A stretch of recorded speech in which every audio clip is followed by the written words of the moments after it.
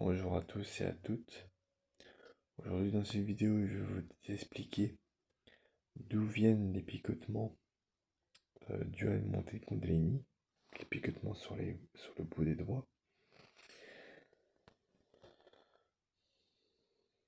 Alors, ce que je vais vous dire, c'est tiré d'une expérience, mais après, ça ne veut pas dire qu'on a activé telle chose, qu'on va forcément les ressentir tout le temps. D'accord? Encore une fois, ça dépend des personnes, mais généralement, ça vient de ce que je vais vous expliquer.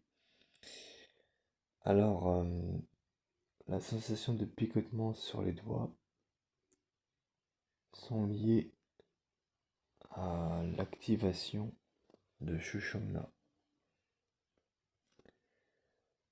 Alors, il faut que vous sachiez que dans mes souvenirs, je travaillais sur l'éveil de Kundalini en faisant des mantras. Et c'est qu'en fait, j'ignorais que j'avais déjà éveillé. Et, euh, et en fait, je ne faisais pas de sport, sauf quand j'étais avec le prof de sport, mais je faisais pas du sport régulièrement. J'en faisais avec parcimonie. Et j'étais pas passif non plus, j'étais pas dans la passivité, j'étais pas inactif. J'étais vraiment tout le temps dans l'activité, dans l'action. Donc c'était équilibré. Et donc pendant ces moments-là, c'est vrai que émotionnellement, c'était assez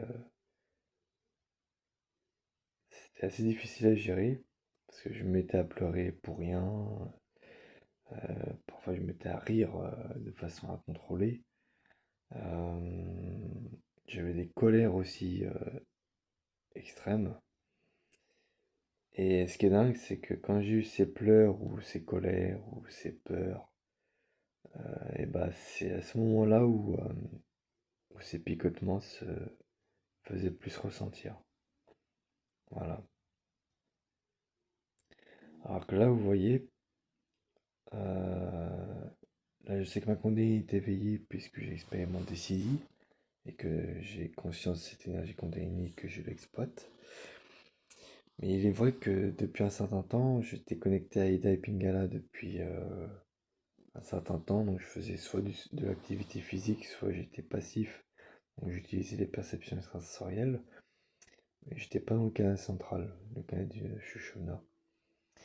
Et il est vrai qu'avec le temps et l'expérience, je me suis rendu compte que peut-être que les picotements, ça vient pas des nadis d'Ida et Pingala, ça viendrait de Shushumna. Ce que je rappelle, Shushumna, c'est l'axe de vie et de sensibilité. Et il faut être sensible pour ressentir des picotements sur les doigts.